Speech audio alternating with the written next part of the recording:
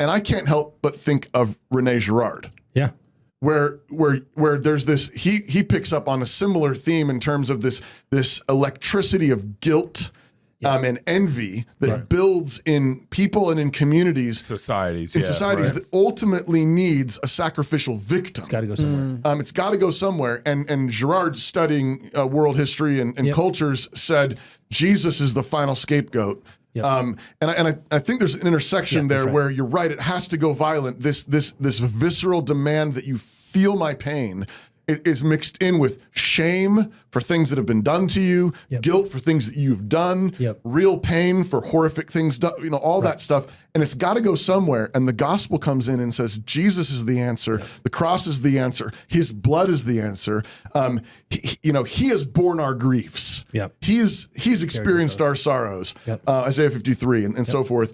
Connect some of those dots. No, that's absolutely right. And I do think the thing that the empathy thing opened up for me was how important the passions are. It's a biblical category, and how passions are convertible.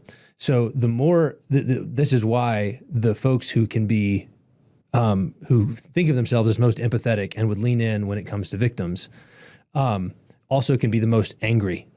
And the vitriol can come out because the passions is the thing that's in the driver's seat, and it's the thing that's leading. And so then to your point, it's if you don't show compassion or empathy to those that we deem worthy of it, then we must end you.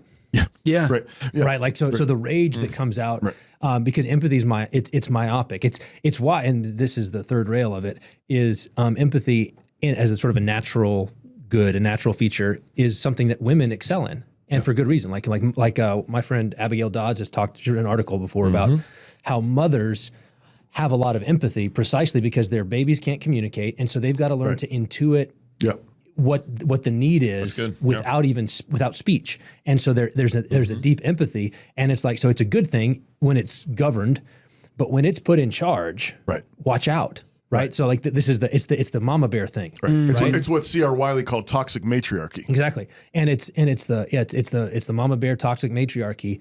And what do we live in? Like, what do we live in? We live in a society that's governed that way. That's exactly right. Because and you have men then who, like Aaron, well, I'm not going to get in the way of that. Like, I'm not going to. And I think that's one of the things in this that I've tried to do is I understand the real evils that people are responding to, and think that you can't lose your head. You have to stay sober-minded. You have to stay tethered to Jesus. You have to be grounded, because that's where it ends. Like it demands blood. It has to go somewhere. The other thing in terms of Rosario is the thing that the empathy people don't realize when I talk about everybody's responsible for themselves, including their emotions and their reactions.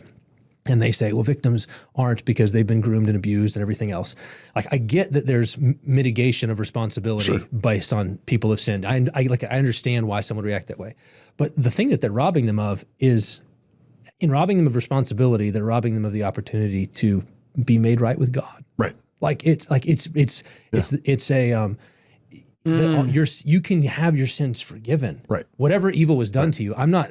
Whatever happened to you, you're not responsible for that. Right. Whatever evil was done to you, you're responsible for the evil that you do. Right. That's right. That's what I call the dignity of guilt. Yeah, you don't have to exactly be, right. God dignifies us by giving us responsibility for our actions, for our responses.